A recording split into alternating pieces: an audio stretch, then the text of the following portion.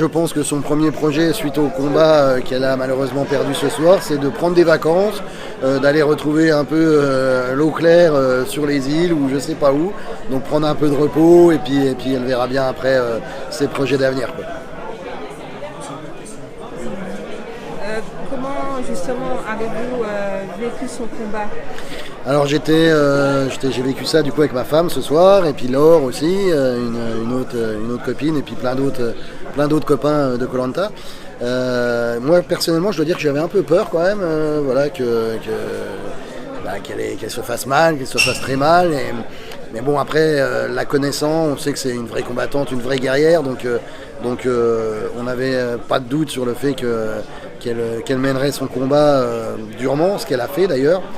Mais bon bah voilà, ça a pas complètement payé parce qu'elle a perdu ce combat, mais c'est bien battu et pour moi elle a quand même dominé les deux premiers rounds et s'est fait avoir, je pense, par l'expérience, par une adversaire qui avait beaucoup plus d'expérience qu'elle. D'ailleurs son adversaire en a profité pour cogner là où ça faisait le plus mal parce qu'elle avait son œil qui avait gonflé tout à fait, énorme. Tout à fait.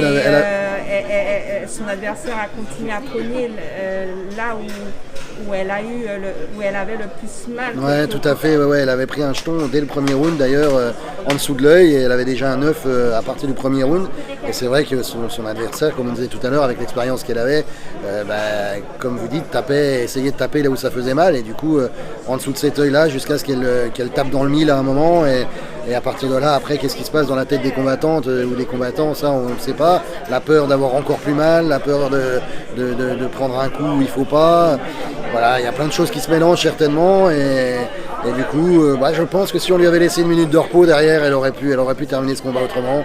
Ça n'a pas eu lieu, mais voilà, il nous a vraiment fait plaisir et c'était vraiment au top cette soirée. Quand vous étiez sur l'île à Koh Lanta, justement, vous avez vécu la même aventure à Koh Lanta.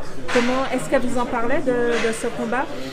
Alors de ce combat non, mais elle avait fait un combat juste avant de partir à Bercy, juste avant de partir, et elle nous avait parlé de ce combat-là, elle nous avait parlé aussi de ce sport, de la MMA, et effectivement, du coup on a du temps pour parler un peu de nos vies et de ce qu'on fait, donc on était un peu au courant de comme c'était, mais de le vivre en direct comme ça, c'est quand même beaucoup plus impressionnant et c'est bien de pouvoir vivre des choses comme ça et c'est un sport qui est bien entouré, bien arbitré. Voilà, moi je pensais que ça allait jusqu'au sang des fois, qu'il pouvait y avoir des blessures graves, mais non, les arbitres arrêtent les combats au moment où ils voient que les adversaires sont vraiment en complète difficulté, donc beau respect, belle ambiance, super la MMA.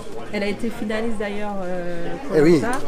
Vous pensez que ça lui a servi justement cette expérience de MMA, de combattant? Ouais, je pense que son mental de combattante lui a servi effectivement à aller au bout de l'aventure qu'elle a vécue, parce que je pense que des sportifs de haut niveau comme elle, voilà, ont un mental d'acier et ça, pour des aventures comme celle-là, ça sert forcément. Merci.